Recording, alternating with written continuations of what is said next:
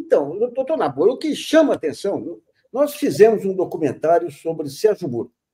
Em 2012 ou 2013, ocorreu um fato semelhante, que ele começou a perseguir um réu, daí o réu conseguia um habeas corpus, ele inventava uma outra ação, prendia de novo, três, quatro vezes.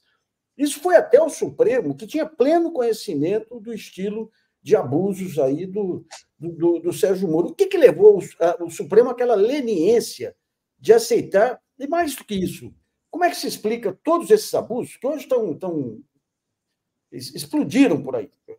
Os abusos da Lava Jato hoje são de conhecimento geral. O que explica, digamos, aquela linha de julgamento que batia no TRF4, batia num ministro paranaense lá do STJ, batia no outro ministro paranaense no STF? Eu não estou nem julgando o fato, mas o que explica, digamos, essa corrente de ilegalidade indo até o Supremo?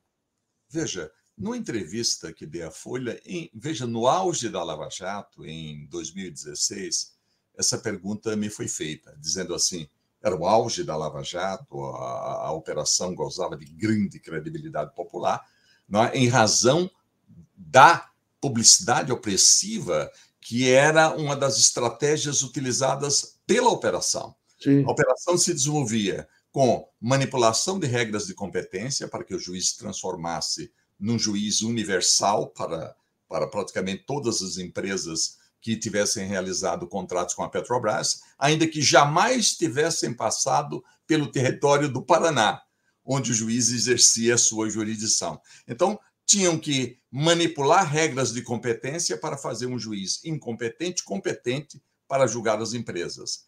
Manipulação de regras sobre parcialidade, o juiz era parcial, não, porque negociava com os procuradores o destino da operação, na verdade, violação de regras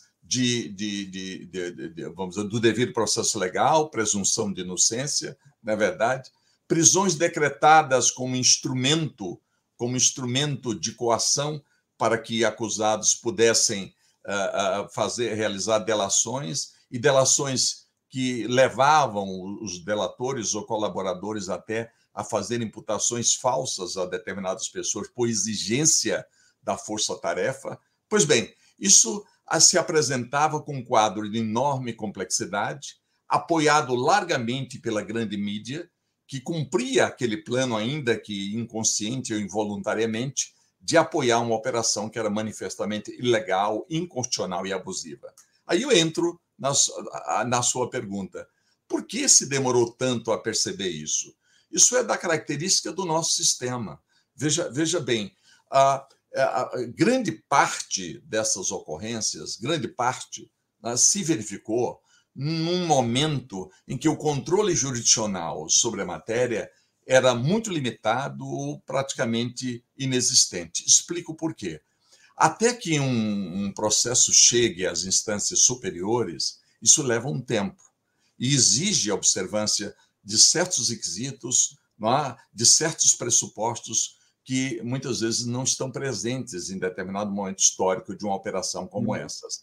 Então, veja bem, até que a matéria pudesse chegar em sua amplitude ou com a conformação ampla às instâncias superiores, isso teria que levar, como levou, anos. Porque o que é que se dispunha no momento em que se decretava uma prisão ilegal? Apenas de habeas corpus. Habeas corpus para o Tribunal Regional Federal, o Tribunal Regional Federal julgava e esse habeas corpus gerava desdobramentos para o Superior e para o Supremo. Mas vejamos o seguinte, o habeas corpus é um instrumento muito limitado. Ele não permite o julgamento da matéria de mérito quando comporte o reexame do fato ou da prova, fundada, por exemplo, em depoimentos testemunhais, prova documental que deve ser confrontada com a prova testemunhal. O habeas corpus não se presta a esse tipo de controle. Então, durante muito tempo, o único acesso que os acusados no âmbito da operação tinham os únicos instrumentos eram muito limitados. Por exemplo, para se chegar com recurso extraordinário ao Supremo, eventualmente, discutindo uma condenação, isso levaria, como levou, anos. Na verdade, e ainda assim, os recursos que se dirigem às instâncias superiores não comportam o reexame do fato e da prova, só do direito. Então, os fatos, como definidos pelas instâncias inferiores, são tomados como certos para o efeito de verificar se aplicou bem ou não se aplicou bem a norma, ou se aplicando a norma ela foi violada ou se deixou de aplicar uma outra norma, hipótese negativa de vigência de norma de direito federal ou eventualmente constitucional. Então, na realidade, quando se dizia na época, e os jornalistas, muitos jornalistas diziam, não, estão dizendo que essa operação é uma operação fraudulenta, isso é uma operação ilegal e abusiva, mas todos os tribunais até agora têm mantido as prisões, mas veja bem, os habeas corpus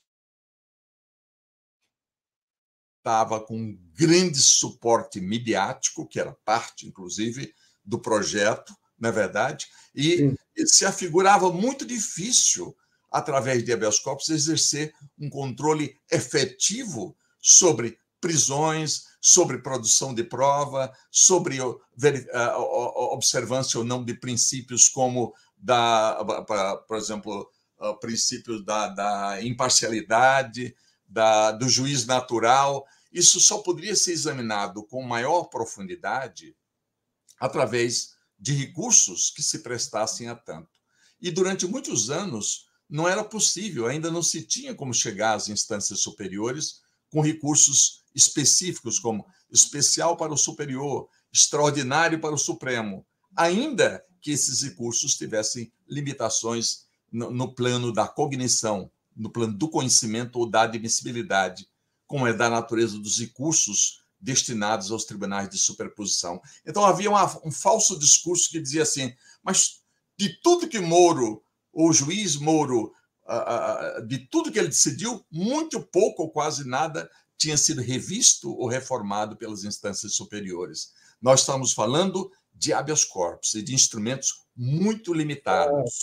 Não é? Somente anos depois, quando a matéria aparece com mais, quer dizer, amplitude através dos recursos próprios, e devemos abrir um parênteses para destacar, e a partir das revelações contidas na Operação Spoofing, através das interceptações que foram reveladas no The Intercept do Brasil, aí aquilo que se afirmava ser esse projeto de poder, na verdade, o que se afirmava e até demonstrava, mas naquele momento não tinha quem desse credibilidade ao que se afirmava, como nós afirmávamos, que havia uma profunda distorção na operação, com violação de tantas regras de garantia, em ordem a transformar o processo penal em um instrumento de opressão judicial, não um instrumento de contenção ou de limitação ao arbítrio estatal. Então, no âmbito da Lava Jato, o processo foi um instrumento de opressão judicial,